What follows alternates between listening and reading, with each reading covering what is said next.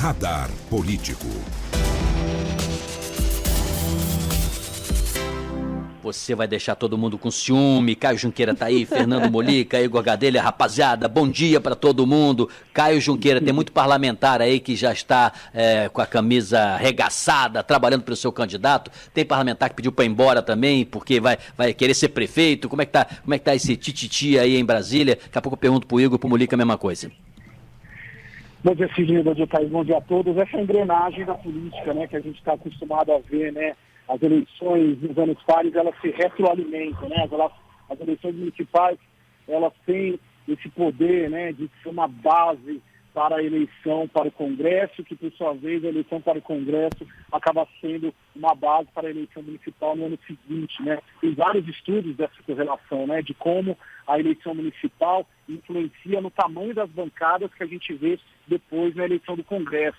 O único caso que isso destoou, Sidney, foi na eleição de 2018, que é considerada aí uma eleição, vamos chamar assim, disruptiva, né? Por tudo que aconteceu, o presidente Jair Bolsonaro foi eleito com pouco tempo de TV, mas a eleição municipal, ela mexe muito com o Congresso Nacional, sempre batendo recordes ali, sempre os parlamentares indo às suas para pedir votos, e nesse ano não deixa de ser diferente. Por mais que eles percam, né? Por mais que eles percam, eles voltam para o Congresso, mas conseguem ali colocar que estão presentes ali na vida do eleitor e preparados para daqui a 2 anos ir lá pedir votos novamente. Sidney. Igor Gadelha? Olha, bom dia, Thaís, Sidney, bom dia, Caio, e a todos. Isso mesmo, uma semana completamente parada aqui em Brasília. O próprio presidente da Câmara, Rodrigo Maia, está no Rio de Janeiro desde o início da semana, almoçou no Hulk.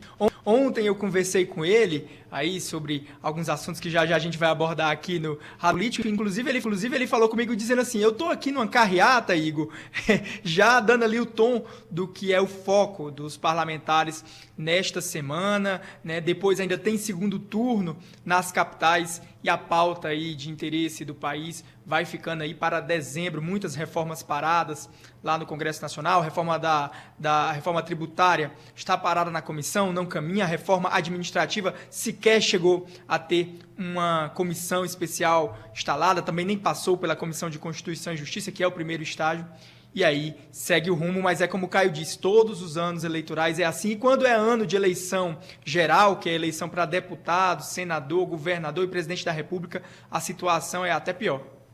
Eu queria perguntar para o Molica, esse ano foram, acho que se não me engano, 2 senadores e 50 e poucos deputados que saíram candidatos, né? O Caio explicou um pouco dessa dinâmica. Esse número é recorrente, essa proporção de parlamentares, ele é recorrente ou você tem percebido aí uma mudança nesse comportamento? Bom dia, Thaís, Sidney, bom dia a todos. Sim, existe uma variação, varia ali de uma eleição para outra. Agora, há muitos casos de deputados que sabem que não serão eleitos em seus municípios, não serão eleitos prefeitos, mas eles utilizam a exposição da campanha eleitoral, o horário eleitoral na televisão e no rádio, para se expor, né? Porque aí o eleitor guarda o nome dele, há uma tendência de exposição e isso facilita, em tese, a reeleição dele para deputado daqui a 2 anos. Então há um mecanismo, como o Caio falou, de retroalimentação o tempo inteiro. Agora, o curioso que a gente vai ter nessa eleição municipal, vamos ver se sai uma tendência de rearrumação das forças, à direita e à esquerda. Com todos os problemas envolvendo o PT, né, o Petrolão, Lava Jato, tudo isso desintegrou um pouco o partido, pulverizou. A direita também, o PSDB de centro-direita também perdeu com a Lava Jato, houve a eleição de um presidente da República que não é partidário, ele não sequer tem partido político. Então vai ser interessante notar como isso, se isso não é automático, se essas eleições vão permitir que, pelo menos no domingo à noite, a gente tenha uma ideia do que pode ser a rearrumação do quadro partidário brasileiro. Isso vai ser muito interessante. Sidney, Thaís. Eu acho que o Sidney quer fazer uma pergunta para o Caio. Isso mesmo. E o Caio está na ponta da linha ainda, né, Caio? O Caio e os demais colegas. Então, essa eleição não será um plebiscito, vamos dizer assim. E a segunda pergunta, conjugada à primeira, alguém perde, alguém ganha depois que abrir as urnas, ou vai ficar circunscrito os municípios? O que vocês acham? Vamos lá, Sidney. Plebiscito. As eleições municipais, o histórico delas, pelo menos, é de que são eleições, de fato, municipais, a despeito de que muitos candidatos sempre queiram nacionalizar as campanhas. A gente tem, nos últimos 30 anos, desde a Constituição de 88, desde a redemocratização, muitos casos do presidente da República tentar interferir, perder, o seu candidato perder, e depois ele conseguir uma vitória. Nesse ano a gente está vendo, vamos pegar aqui o caso de São Paulo, que é o maior colégio eleitoral, Celso Russomano, vinculou a imagem ao presidente da República e aparentemente, segundo as pesquisas, caindo fora até do segundo turno. Mas vamos voltar lá atrás, vamos pegar 2004, Marta Suplicy, prefeita de São Paulo, presidente Lula, presidente da República, Marta Suplicy perdeu, 2 anos depois o Lula ganhou, foi reeleito. Vamos pegar 2008, porque também perdeu. Gilberto Kassab foi eleito aqui. Em 2010, o presidente Lula ajudou a eleger a Dilma Rousseff. Então, aparentemente, não tem muito essa correlação. Pegando aí a questão, o que as urnas devem abrir do que a gente está vendo nas pesquisas, nas leituras, nas avaliações, o establishment político retomando um pouco a sede da política brasileira. Partidos de centro crescendo, e aí vai ter muita leitura de que o presidente Jair Bolsonaro pode ter sido derrotado, né, por causa que os candidatos dele caminham para não conseguir avançar, mas aí a gente tem que tomar muito cuidado com essa avaliação, e eu estou colocando muito isso nas conversas que eu tenho tido, porque os partidos da base aliada, principalmente PSD, PL, PTB e PP, tendem a aumentar o número de prefeituras. Então, por mais que o desempenho pessoal do presidente, os candidatos dele caminhem para não ter tanto sucesso assim, os partidos da base caminham para ter algum tipo de sucesso.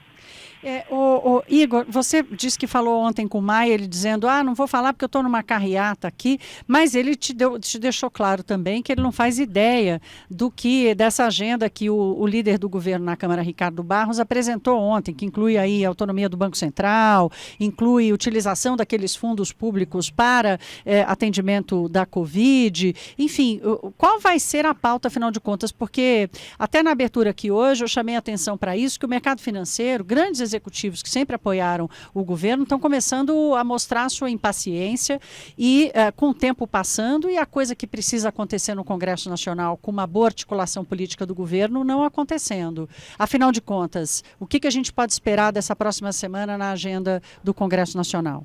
Olha, Thaís, foi o famoso faltou combinar com os russos e com quem manda. O líder do governo na Câmara, após uma reunião ontem no Planalto com o presidente Jair Bolsonaro e o ministro da Secretaria de Governo, general Luiz Eduardo Ramos, anunciou para a imprensa, foi nas redes sociais, uma série de pautas, essas que você citou. Acontece que ele não combinou com quem faz a pauta, que é o presidente da Câmara dos Deputados, Rodrigo Maia.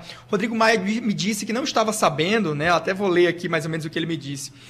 Não estou nem sabendo disso aí, não sei de onde vem essa pauta, só vou tratar da pauta da Câmara na próxima semana, que é quando passa o primeiro turno das eleições municipais. A ideia ali do grupo de Rodrigo Maia, Thaís e Sidney, vai um pouco na direção oposta a essa que o líder do governo apresentou. Embora Rodrigo Maia veja com bons olhos essas pautas, a prioridade número 1 estabelecida por ele é tentar avançar naquela chamada PEC emergencial, que é aquela que vai regulamentar a regra do teto e também que vai criar as bases para um novo programa social. O Maia também quer ver avançar aí nesse finalzinho de mandato as reformas, principalmente a administrativa e também a reforma tributária. Esses outros temas ele apoia, mas ele não vê como prioridade. Inclusive, eu perguntei para o Rodrigo Maia se a autonomia do Banco Central, por exemplo, tinha apoio lá na Câmara dos Deputados. Esse tema já passou no Senado, mas ele não respondeu. E a temperatura que eu tenho aqui, conversando com os líderes, é de que lá na Câmara,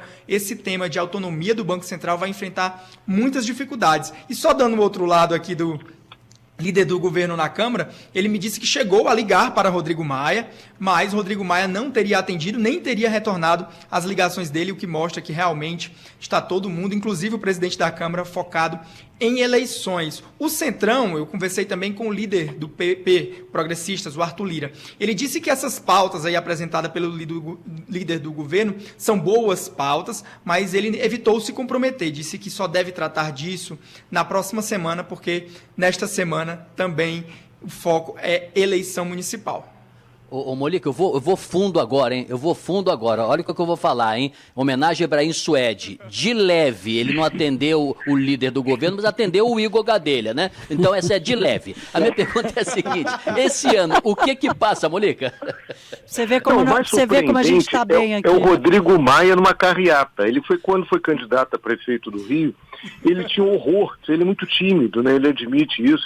Os partidários tinham que brigar com ele para ele subir na caçamba ali de um carro e ficar dando adeuzinho para os eleitores. É surpreendente isso. É um sinal de mudança. Agora, é um sinal, o Igor falou em não combinar com os russos, ninguém combina nada com ninguém, né? A gente não sabe até agora se o presidente Jair Bolsonaro quer mesmo a reforma tributária. E se ele, na reforma tributária, se ele admite ou não aquela nova CPMS, o tal do imposto, assim, o imposto digital. Se ele quer mesmo, quais são os limites à PEC da reforma administrativa? Essa PEC emergencial, reforma administrativa não é PEC, desculpe. Não é sim, é PEC. Agora, a PEC emergencial, que o Igor falou, tem um negócio impressionante. O ponto-chave dela é admitir a possibilidade de redução de jornada e de salário de até 25% dos atuais servidores públicos, ou seja, incluindo os militares, incluindo todo mundo. Quero saber o que o presidente da República acha disso. Ele tem que se manifestar. Ele é favorável, o presidente Jair Bolsonaro é favorável a uma proposta de emenda constitucional que diz que no limite dos gastos, quando a corda estiver muito lá no pescoço, o governo pode cortar a jornada e salários de servidores públicos em até 25%. Ele vai fazer isso com os militares, por exemplo, policiais rodoviários, policiais federais.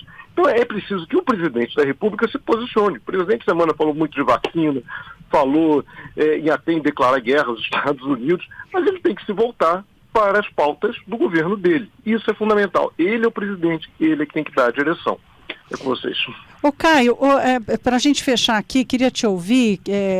Essa semana o governo teve uma derrota ali, sofreu uma derrota no Congresso Nacional, uma votação paralela, mas de qualquer forma é o Centrão que tem obstruído, segundo o próprio Rodrigo Maia, as votações importantes. Como é que tá a temperatura da articulação política do Congresso na preparação da próxima semana? Porque só ficar dizendo que a pauta vem depois da eleição não resolve. A turma está se preparando lá, está aquecendo os motores, ou a articulação vai começar ainda, quem sabe, na segunda-feira de manhã? Ô, Thaís, o que eu tenho sentido é muito esperar domingo, esperar voltar a Brasília a funcionar ativamente na segunda-feira. O Rodrigo Maia, ele estava nessa reta final do mandato dele, isso ao mesmo tempo que gera um incômodo, gera também uma ânsia dele para fazer o sucessor. Então, esse timing aí da política no Congresso Nacional, em Brasília, ele já vai girar a partir de segunda-feira no entorno dessa eleição da mesa, da eleição da presidência da Câmara, da eleição da presidência do Senado. Muito do que a gente viu acontecer ontem, está vendo acontecer hoje, que o Igor estava falando, do Ricardo Barros apresentar uma agenda de votações, o Rodrigo Maia falar que não tem nada disso, tem a ver com essa eleição, porque o candidato do líder do governo, Ricardo Barros, é o Arthur Lira. E o Rodrigo Maia, ele enxerga esse movimento do Centrão como uma tentativa de forçar uma agenda, sendo que ele ainda tem a caneta para pautar o que vai ser votado.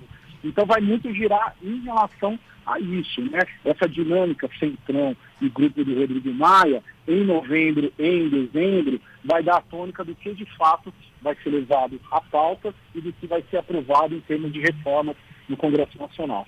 Muito bem, Caio Junqueira, Fernando Molica, Igor Gadelha, Ademã, que Thaís e eu vamos em frente. Ademã, hoje você tirou o Ibrahim Suede, hein, amigo? Chique, tá chique demais. Essa carteirinha aqui, a cabeça é grande. Ô, Molica, a cabeça é grande para tirar essas coisas assim de vez em quando, viu? Bonjour, mes amis, bonjour. Tá pensando o quê? Até já.